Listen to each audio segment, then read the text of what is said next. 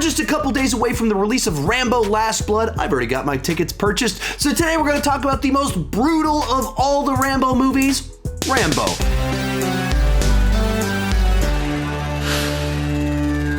Hi, my name is Sean, and I love to talk about movies way too much. With that in mind, go ahead and join me down below in the comment section. Share your take on Rambo 4, the most brutal, violent of all the Rambo movies. Did you love it? Did you hate it? Was it too much for you, or did you just love that this one goes for it? If you don't know, I'm doing this series with my buddy Cody Leach. He's also reviewing all the Rambo movies right alongside with me. You can check out his reviews right up here or at the link down below in the description. Also, I have reviewed all 4 now of the Rambo movies, and you can see that as well right up there. With that said, let's get started talking about the good. And probably the best thing about this film and what it's most known for is that it just strips away all of the 80s cheese, the gloss, the politics, and it just presents the reality of war. It takes the Rambo hero that he was and legend and icon that he was in the mid-80s, and it brings him back down to a broken war hero that he's a good guy. He wants to do the right thing, but he's just so cynical towards the world because of everything that he's seen, everything that he's done, and he doesn't think that it's made a difference. This movie brings it back to that and gives us, as I've already mentioned multiple times, the most brutal of the Rambo films because it doesn't romanticize war. It doesn't make it just this big action movie. It's not a fantasy about winning Vietnam. It's a movie that shows this war thing that we're having fun with is grotesque. Like, if you look at it, the grit and grime of it, it's nasty stuff. And so then you have a movie that starts off with actual news footage of actual dead bodies. You have sequences inside this movie where women and children are brutally murdered in cold blood just for the sake of killing them to prove how vicious these people are. When you get into the actual action sequences, they are bloody, limbs fly everywhere. It is nasty, nasty stuff. So it's a movie that, if you're watching through the series, it is a dramatic tone shift. We had a big dramatic tone shift from First Blood to Rambo First Blood Part 2, where it moved into that glossy superhero category. And this one goes way back down into the gritty, brutal realism. And part of bringing it back down to reality is that it makes Rambo's skill set a little bit more believable inside of this film. When you were looking at part 2 and 3, I mean, he's just running around with a machine gun in an open area, just mowing down bad guys, and there wasn't any sort of reality as to why he wouldn't get shot. You had sequences in the third one where he gets impaled and heals himself with gunpowder and lighting himself on fire, where it just went so far into action hero category, superhero category, that you lost any sense of reality. This one brings him back down. So you have sequences where pirates attack them, he pulls out his gun and he takes them all out, but he takes them all out because he's quick on the draw and none of them had their guns pointed at him. So there's a guy that he's looking at that is pointing his gun at him, and as soon as the guy moves his gun away, Rambo draws his gun after looking to make sure no one else could shoot back. Boom, takes them all out real quick draw. Later in the movie, he takes a bunch of guys out with his bow and arrow, but he doesn't do it because he's standing out in the open and no one sees him. It's that these guys are in the middle of something and he just pops out and starts shooting people. They start running for cover and he's just quick enough to take them out. Where you see that and you go, okay, that's obviously, we're not watching a real thing happen. Of course, there aren't people that are this accurate all the time and never miss. But the scenario itself isn't just totally ludicrous, even as you move into the stealth sequence. When you watch Rambo First Blood Part 2, when he's sneaking around, it's daylight, and he's literally just crouching down, and there's no explanation why she can't see him. Here, you have a whole team of people working with him, moving through the base, sneaking up behind people and stabbing them, taking them out in a way that it makes sense how he's able to do what he's able to do. And then even as you move into the finale, he's behind a metal shield and you see things get shot at it, it gets knocked out of the way. The people on his team are horribly maimed at certain point in time. So you see injuries, death, the consequences of war, but you still get the excitement of action and Rambo having the skill set of being the best that there is. Another thing I loved about this movie was the boatman sequence, where you have Rambo on a boat, just totally unassuming, on a boat going with them, and these mercenaries are just talking down to him as if he's just the boatman, as if he's some nobody. They try to get off the boat. They won't let him go with them. And it's like an inside joke for us as the audience. It's not like a laugh out loud setup thing. It only works as a joke because we know who Rambo is and what he's done. And these guys are just treating him like the boatman and have no clue who this guy is or what he could do. And it just plays really nicely inside of the film and leads to a nice payoff, a scene down the line where he steps into action and they start to realize, wait, who is this boatman? Another thing that I liked about this film is that while it's not a character study, we learn a good bit about the character and his worldview, as he's spent 20 years off kind of living on his own, fishing, catching snakes and things like that. And when the missionaries come up, you have a bunch of these back and forth dialogues between the two of them, as you start to realize that he is this guy that's reflected on everything that's happened. He's like, nothing has changed. We've had all these wars and there's still evil out there. We can't fight it back. There's no point. And it's just this unbelievably cynical worldview coming from the person that has had the ability to make change, that has saved lives. He's the person that, when called into action, has rescued the people and pushed back evil. But he looks at the world as a whole and he's like, you just can't make a difference. There's just always more evil. It just keeps coming back. For everything that I can do, I can't save this world. And through the course of the movie, you start to have this realization that I can't save the world, but I can save someone. I can do something for someone that I care about. And even in talking with her, that's kind of the realization, is him not wanting to help is kind of him wanting to save her. And then when she's in danger, it's once again, he wants to save her. And that he does care. There's the goodness and just such a deep amount of cynicism because of everything that he's seen throughout life. And then, as this is a Rambo movie, you gotta talk about the big finale inside of it. And while on a production level side of things, the third film has the biggest one, and the second one also has a big, massive finale. This isn't as big, but because it's so brutal and they make the bad guys inside of it so evil. And by showing them like torturing people and having them play these games where people get blown to pieces, showing them kill children, showing them involved in rape, molestation, all sorts of things where these people, you want to see them get it. When you go into this finale, they've established them as so evil that you just want to see them blown to pieces. You go into the second half of this film, and I mean, it's about 40 minutes straight of throats ripped out, knives to the chest, sniper shots taking out heads, and then the big finale where you have him on the 50 cal in the back of the Jeep just mowing guys down, people smashing heads in with rocks. And I think of the movies, this is the one that I think has the best payoff in the finale. The first one has the best finale, but it's not like a big showdown payoff. It's a very different type of finale. And then the second two ones 2 and 3 have big explosions. They have all the production side to it.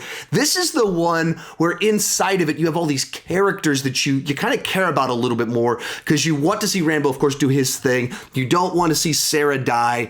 And then you have all these mercenaries, and they all kind of get a moment to do something that you really like. And that's one thing I really appreciated about what they did with this finale, is they kind of established, like the Michael character, the male missionary, and then the Graham McTavish characters, it kind of douchebags that you don't really like them for a really long time. Like with Michael the missionary, first half of the film, he's so sanctimonious, he's so self-righteous that you just don't like him. And he's clearly looking down on Rambo for his cynicism, even though he doesn't understand the history there, just looking down on him.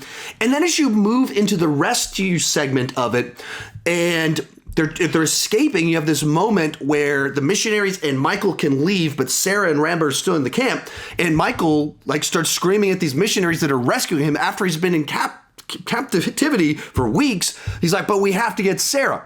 He's not a coward. He's kind of a prick. He has things about him that aren't very likable, but he's not a coward. And then you move into the final battle, and the Graham McTavish character gets his leg taken out by a mine. And these mercenaries are kind of starting to unravel a little bit. They're worried about what are we supposed to do. And then Michael the missionary steps into action. And he's like, no, don't do what you're about to do. I'm a doctor. We're going to take care of him. I don't know if he's going to live or die, but we're going to do what we can do.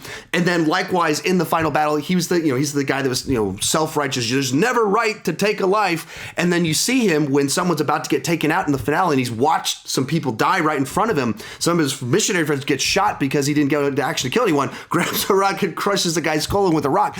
And you see where this character, they present him one way at the beginning, and some of those traits you don't like about his stubbornness, his kind of narrow worldview, you see him grow a little bit, but you also see that stubbornness kind of come forward in positive ways where he actually is an active person. He's not the passive guy just looking down on everyone. No, he has a worldview that he's going to act on. Likewise with the Graham McTavish character, he's written to be just the mercenary douchebag looking down on everybody and leading to this great little sequence where they almost make Rambo come off like he's the underdog again, where he's just talking down to him as the boatman.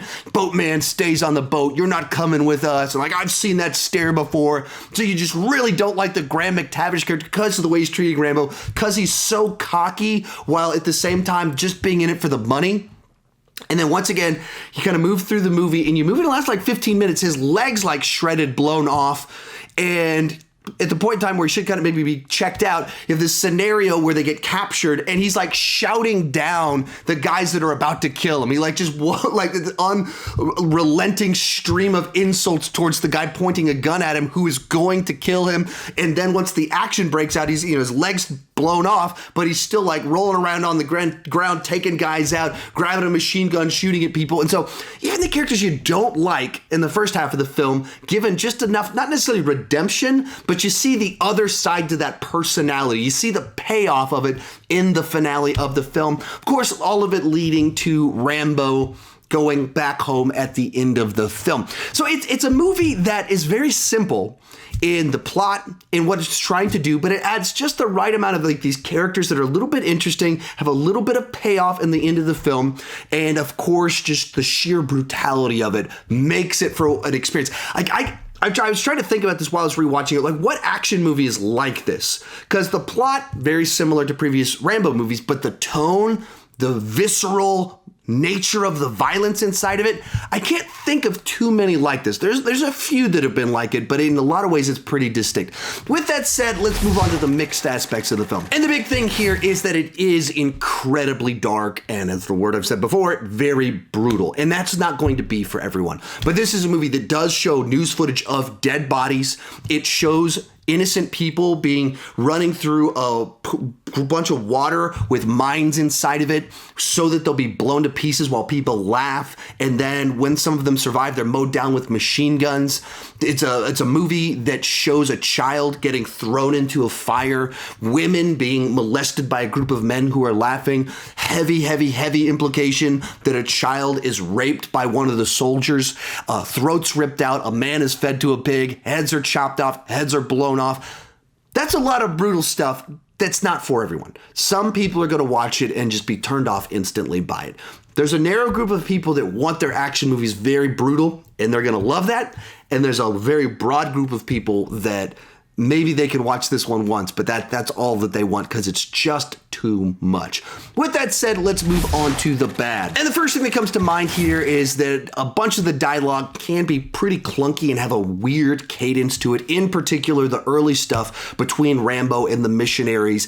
And even as it goes deeper into the conversations between Rambo specifically and Sarah, even the cadence of the rate at which they're talking just feels off. It feels too much like screenwriter dialogue than it does two people actually talking about their worldviews. There's too many prepackaged lines, quotable lines, and they're just going back and forth too quick. Actually, kind of all the things it reminds me of, it reminded me of the cadence in some of these scenes of the dialogue in the show Gilmore Girls, which if you haven't seen Gilmore Girls, it's basically a bunch of, moms and daughters having quippy dialogue with each other. It's very quick. As soon as one person says something, the next person starts as soon as one sentence ends and saying stuff. No one can actually talk this fast and be this witty and clever, but it just moves at a specific cadence and it feels prepackaged. Now, that was a stylistic choice for a TV show that was meant to be a comedy.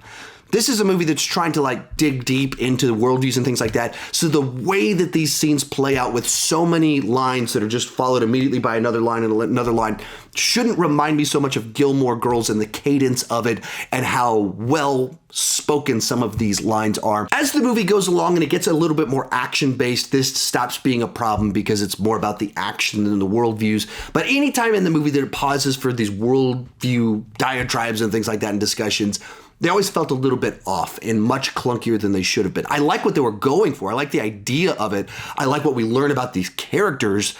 The specific execution of said dialogue and the way it was written, I wasn't as crazy about. Also, it's a movie that I think has some pretty big pacing issues inside of it, where the first 40 minutes of the movie is very dialogue based. It feels like it's going on for a very long time.